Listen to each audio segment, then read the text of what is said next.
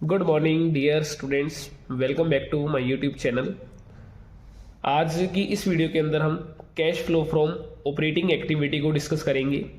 Cash flow statement का ये part number 2 है और इस वीडियो के अंदर हम देखेंगे जी ऑपरेटिंग एक्टिविटी का परफॉर्मा किस तरीके से तैयार करते हैं जी।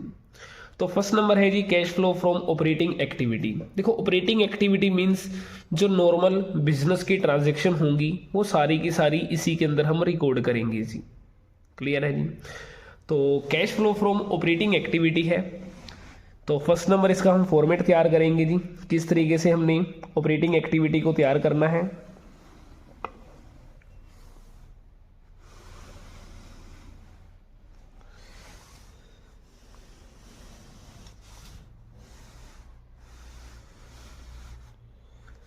और ये जो एक्टिविटी है हमारी सबसे मेन है और मोस्ट इंपॉर्टेंट एक्टिविटी है। ठीक है जी। तो फर्स्ट नंबर जो हमारे पास है जी, हमने लिखना है फर्स्ट नंबर पे cash flow from operating activity. ठीक है जी। जो ऑपरेटिंग एक्टिविटी है हमारी वो जो शुरू होगी वो हमारी नेट प्रॉफिट बिफोर टैक्स से शुरू की जाएगी। ये एक्टिविटी हमारी नेट प्रॉफिट बिफोर टैक्स से शुरू की जाएगी और इसके लिए हम एक वर्किंग नोट नंबर बनाएंगे जी। फर्स्ट हम उस वर्किंग नोट के नंबर के अंदर हम देखेंगे कि नेट प्रॉफिट बिफोर टैक्स की कैलकुलेशन हम किस तरीके से करते हैं जी।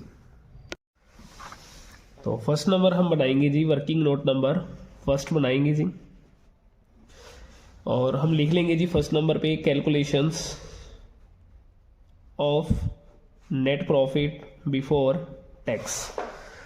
तो हमने फर्स्ट नंबर पे नेट प्रॉफिट बिफोर टैक्स लिखना है जी। नेट प्रॉफिट, देखो नेट प्रॉफिट आपको जो कि बैलेंस शीट के अंदर रिजर्व एंड सरप्लस है उसके अंदर से आपको नेट प्रॉफिट देखना है जी। तो रिजर्व एंड सरप्लस का जो वर्किंग नोट नंबर वहां पे आपको 1 गिवन होगा।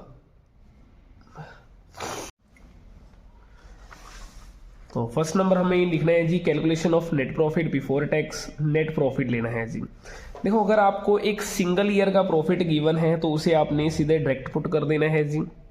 अगर आपके पास 2 ईयर्स का प्रॉफिट गिवन है मींस लास्ट ईयर का प्रॉफिट भी गिवन है जी, करंट ईयर का प्रॉफिट भी गिवन हो, तो आपने करना क्या है जी, करंट ईयर का प्रॉफिट में से आपने प्रीवियस ईयर के प्रॉफिट को माइनस कर देना है जी।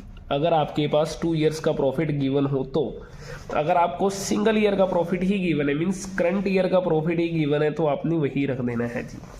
ये हमारा फर्स्ट पॉइंट है जी नेट प्रॉफिट का। उसके अंदर हमने टोटल 5 आइटम्स ऐड करनी है जी। वो कौन कौन सी हैं? First P, second P, third number पे आई, देन टी, फिर डी।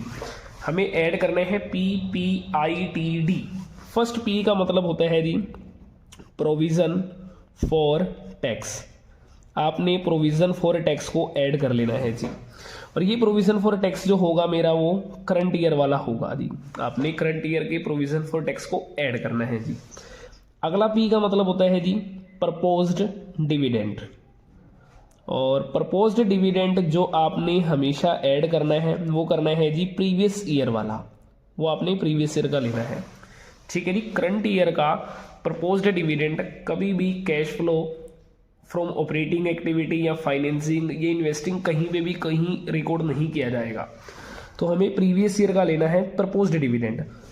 आई का मतलब है जी आपके पास इंटीरियम डिविडेंड। तो इंटीरियम डिविडेंड को आपने ऐड करना है जी। और टी का मतलब है जी हमारे पास ट्रांसफर टू रिजर्व। ठीक है जी, ट्रांसफर टू रिजर्व। अगर आपको रिजर्व सिंगल ईयर का गिवन है तो आपने सीधा ऐड कर देना है। अगर हमारे पास रिजर्व भी 2 ईयर्स का गिवन होगा तो आपने करना क्या है जी, करंट ईयर के रिजर्व में से प्रीवियस ईयर का जो रिजर्व है उसे माइनस कर देना है जी। और अगला है डी। डी का मतलब क्या है जी, यहाँ पे paid on preference and equity shares. तो जितना भी dividend paid on preference and equity होगा वो भी हमने ऐड करना है जी। ये टोटल हमने 5 आइटमें ऐड करनी है जी।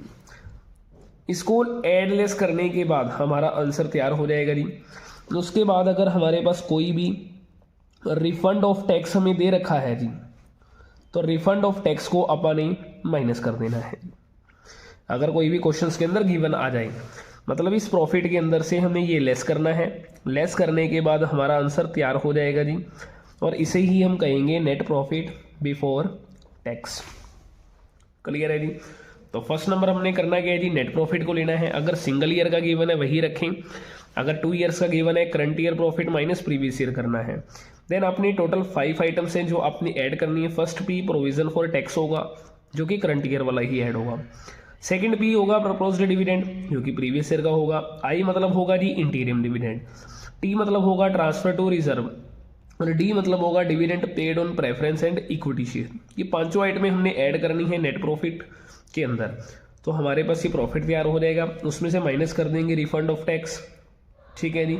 करने के बाद आंसर तैयार हो जाएगा जी नेट प्रॉफिट बिफोर टैक्स। यही जो नेट प्रॉफिट बिफोर टैक्स आया है हमने इस फॉर्मेट के अंदर जाके जी, ठीक है जी, इसे हमने पुट कर देना है जी।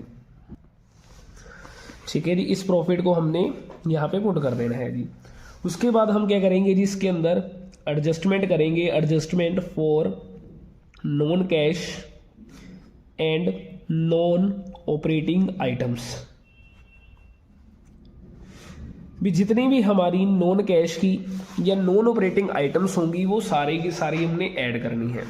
जैसे एग्जांपल के तौर पर जैसे कि हमारा डेप्रिसिएशन हो जाए उसे हमने ऐड करना है जी। गुडविल आ जाए, गुडविल आपकी अगर एमोरेटाइज्ड हो रही है जी, एमोरेटाइज्ड आ जाए, रिटर्न ऑफ आ जाए, ठीक है जी, उसे हमने ऐड करना है जी। और इंटरेस्ट ऑन डिबेंचर हो, मतलब कि लॉन्ग टर्म लोन या शॉर्ट टर्म लोन, उसका भी इंटरेस्ट हम ऐड करेंगे। इसके अलावा और हमारे पास जो लॉस हो सकता है जी, loss on sale of fixed asset. अगर आपने कोई भी असेट जो कि फिक्स्ड है अगर उसे आपने लॉस पे सोल्ड करा है तो उसका भी जो लॉस होगा उसे हमने ऐड बैक करना है। तो इसका सिंपल रूल क्या है जी, जितने भी लॉसेस होंगे वो सारे के सारे हम ऐड किए जाएंगे। तो ये बेसिकली ये लॉस है। इसके अलावा हमारे पास जैसे आ रही प्रोविज़न फॉर डाउटफुल डेब्ट, तो उस लॉस को भी हमने ऐड करना है। अगर सिंपल सी बात है जी, आपको लिखा हुआ है normally ₹10,000 for provision for doubtful डेब्ट, तो आपने सिंपली उसे ऐड कर देना है। मतलब अगर आपको नॉर्मली अमाउंट गिवन है उसे ऐड कर देना है जी। क्लियर है।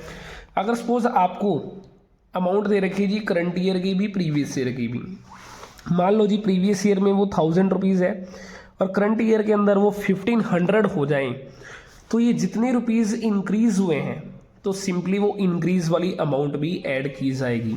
मतलब इंक्रीज वाला अमाउंट भी हमने ऐड करना है। अगर आपको नॉर्मल गिवन है वो भी ऐड कर दीजिए, अगर नॉर्मल नहीं गिवन होगा तो इंक्रीज वाला गिवन होगा तो इंक्रीज को ऐड कर देना है जी। इसके अलावा हमारे पास जितने भी प्रीलिमिनरी एक्सपेंसेस होते हैं जी, प्रीलिमिनरी एक्सपेंसेस लाइक जैसे कि आपके इशू ऑफ डिवेंचर का हो गया जी, ठीक है जी, discount on issue of debenture कह लीजिए आप, जिसे हम कह सकते हैं मेनली। तो ये सारे के सारे जो लॉस है हमारे वो सिंपली हम ऐड करेंगे जी। इसके अलावा जितनी भी इनकम होंगी वो सारे की सारी लेस की जाएंगी।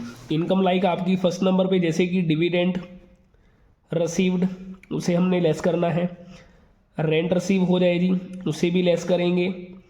इंटरेस्ट रिसीव हो जाए उसे भी लेस करेंगे, जिसे अपन शॉर्टकट के अंदर DRIB कहेंगे। इन सारों को लेस करना है। इसके अलावा अगर कोई भी असेट आपने प्रॉफिट पे सोल्ड करी है जी, profit on sale of fixed asset, तो उसे हमने लेस करना है जी। क्लियर है। और अगर हमारे पास डिक्रीज हो रहा है जी, decrease in provision for doubtful डेब्ट, जैसे कि ऊपर वाले के अंदर क्या था, अगर प्रोविजन फॉर डाउटफुल डेब्ट इंक्रीज हो रहा था उसे हमने प्लस कर दिया था जी। अगर हमारा प्रोविजन फॉर डाउटफुल डेब्ट डिक्रीज हो रहा है, जितने का डिक्रीज हुआ उतना हमने लेस कर देना है। फॉर एग्जांपल प्रीवियस ईयर के अंदर 1000 है जी, करंट ईयर में 800 है, तो 200 रुपीज़ का हमारा प्रॉफिट हो गया।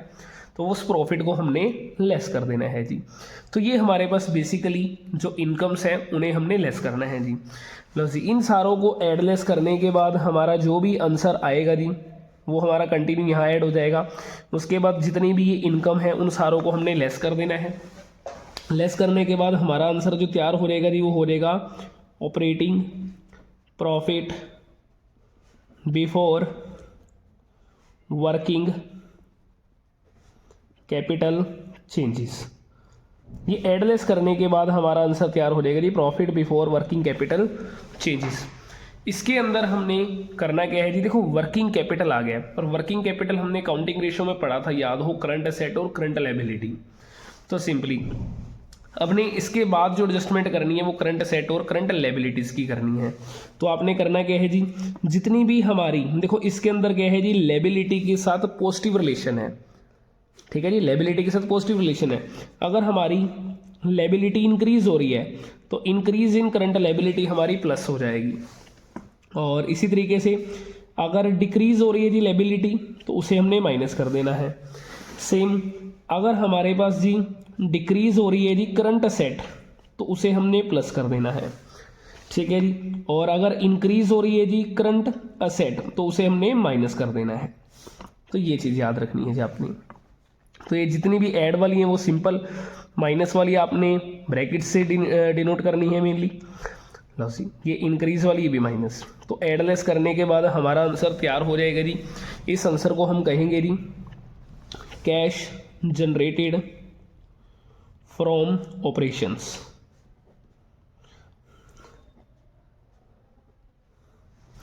ठीक है जी।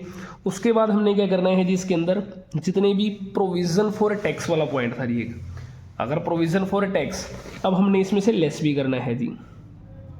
प्रोविजन फॉर टैक्स इसको हम लेस कर देंगे जो कि प्रीवियस ईयर वाला होगा। करंट ईयर वाला हमने ऐड करा था जी, प्रीवियस ईयर वाला हम लेस कर देंगे। तो ऐड लेस करने के बाद हमारा ये आंसर तैयार हो जाएगा जी। ठीक है जी। अगर ये आंसर हमारा सबसे लास्ट में, मतलब ऑपरेटिंग एक्टिविटी के लास्ट में अगर आंसर आपका आ रहा है जी पॉजिटिव, तो हम यहाँ पे लिखेंगे जी नेट कैश फ्रॉम, ठीक है जी, ऑपरेटिंग एक्टिविटी। अगर यही आंसर हमारा अगर नेगेटिव में आ जाए तो उसे हमने क्या लिखना है, नेट कैश यूज्ड फिर इन ऑपरेटिंग एक्टिविटी। तो ये हमारे पास बेसिकली इसका फॉर्मेट है जी, cash flow from operating activity का। तो इसी के बेस पर हम कुछ क्वेश्चन डिस्कस करते हैं जी। तो बेसिकली इस फॉर्मेट का ही रोल है, आपको ये फॉर्मेट अच्छे से याद होना चाहिए। देखो याद भी क्या होना चाहिए, सिंपली आप इसे माइंड के अंदर एक चीज़ याद कर सकते हो। कैसे कि फर्स्ट नंबर देखो जी, आपने नेट प्रॉफिट बिफोर टैक्स है, इसके लिए हमेशा वर्किंग नोट नंबर 1 बनाना ही बनाना है। ठीक है जी। और इसके लिए आपको सिंपली बता दिया गया है जी, नेट प्रॉफिट है आपके पास, current year minus previous year करना है। उसके अंदर ये टोटल 5 आइटमें आपने ऐड करनी है। अगर है गिवन तो ऐड कर दीजिए, नहीं है तो इग्नोर कीजिए। फर्स्ट जैसे प्रोविजन फॉर टैक्स प्रपोज्ड है, इंटीरियम है, ट्रांसफर टू रिजर्व है, dividend paid on preference and equity वाला है, और उसमें से माइनस कर देते हैं जी रिफंड ऑफ टैक्स अगर गिवन है। तो आंसर तैयार हो जाएगा जी नेट प्रॉफिट बिफोर टैक्स, उसे रख दीजिए।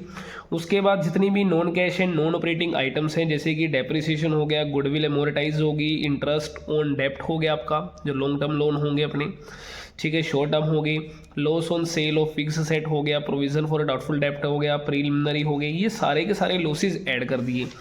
जितनी भी इनकम थी हमारी वो सारी की सारी हमने लेस कर देनी है, लाइक जैसे dividend, rent, interest, profit and on sale of fixed asset, ठीक है, decrease in provision for doubtful डेप्ट। ऐड लेस करने के बाद हमारा आंसर तैयार हो जाएगा operating profit before working capital changes.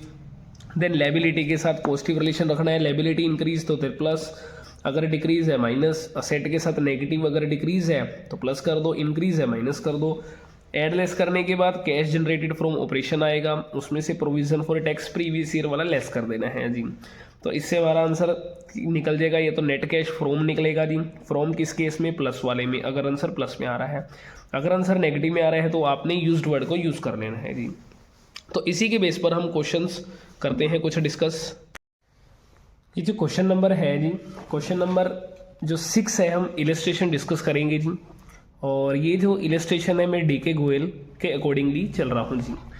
तो जैसे फर्स्ट नंबर पे हमें कह रखा है जी calculate cash from operating activity from the following balance.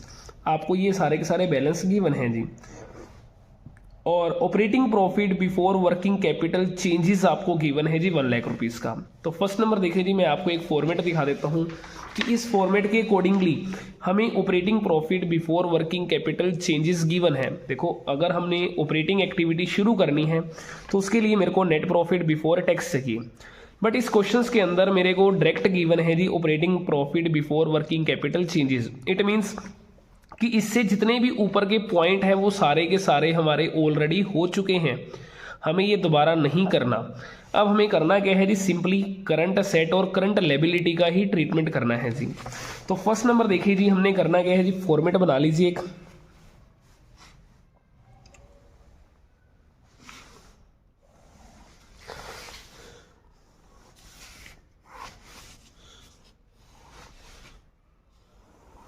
Low ji, first number हम लिखेंगे जी cash from operating activity.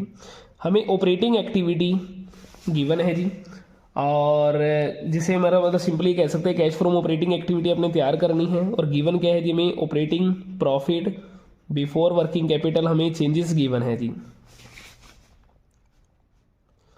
Changes ये हमें गिवन है कितना जी, 1 लाख रुपीज़ का। आपने रख देना है जी 1 लाख रुपीज़। लो जी, उसके बाद सिंपल है current asset and current liability. देखो डेटर्स, डेटर मेरी क्या होते हैं जी, करंट असेट। अब आपने करना है इनका कंपैरिजन। कंपैरिजन हमेशा छोटे साल से बड़े साल की तरफ किया जाएगा, मतलब हमने प्रीवियस टू करंट चेक करना है कि लास्ट ईयर मेरे डेटर 80 के थे, आज 60 के हो गए, डिक्रीज हो रहे हैं। तो सिंपल सी बात है जी, करंट असेट के साथ नेगेटिव रिलेशन, डिक्रीज हो रहे हैं, मेरे को प्लस कर देना है। तो मैं यहाँ डेटर लिखूंगा जी सिंपली, और आगे मैं कर दूंगा जी 20,000 रुपीज़ प्लस के।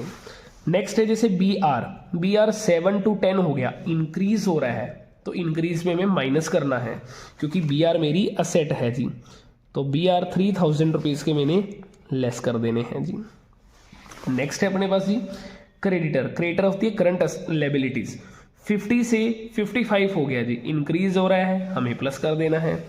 तो क्रेडिटर हमारे हो जाएंगे प्लस 5,000 रुपीज़ के जी।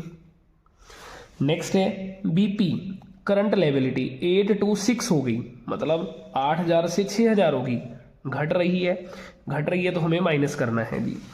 तो बीपी मेरी करंट लायबिलिटी, तो 2,000 रुपीज़ की मैं इसे माइनस कर दूंगा जी। नेक्स्ट है जी आउटस्टैंडिंग एक्सपेंसेस, जो कि करंट लायबिलिटी है, 1,000 से 1,500 होगी, इंक्रीज हो रही है, हमें भी प्लस कर देना है जी आउटस्टैंडिंग एक्सपेंसेस 500 रुपीज़ का। ठीक है जी। नेक्स्ट है अपने पास जी प्रीपेड एक्सपेंसेस, असेट होती है जी, तो 1,800 से 1,600 होगी, घट रही है, हमें प्लस करना है 200 रुपये, क्योंकि हमारी ये करंट असेट है जी। प्रीपेड एक्सपेंसेस जो 200 रुपये मेरे डिक्रीज थे, हमने प्लस कर दिए जी। और नेक्स्ट है मेरे पास एक्रीड इनकम, असेट होगी, 800 से 900 हो रही है, इंक्रीज हो रही है, मुझे माइनस करना है जी। ठीक है जी, एक्रीड इनकम हमें माइनस करना है कितने रुपीज़, 100 माइनस कर देने हैं जी। लो जी, उसके बाद नेक्स्ट है मेरे पास इनकम रिसीव्ड इन एडवांस। आपको इनकम एडवांस मिल गई, करंट लायबिलिटी, यहाँ 700 है, यहाँ कुछ नहीं दिखा, इसे मान लो जी 0 है, नील मान लीजिए। 700 से 0 हो गई, मतलब लायबिलिटी घट रही है तो हमें भी माइनस कर देना है डिफरेंस, तो 700 रुपये मुझे माइनस करने हैं जी। लो जी, और आगे लिख देंगे हम जी इनकम रिसीव्ड इन एडवांस।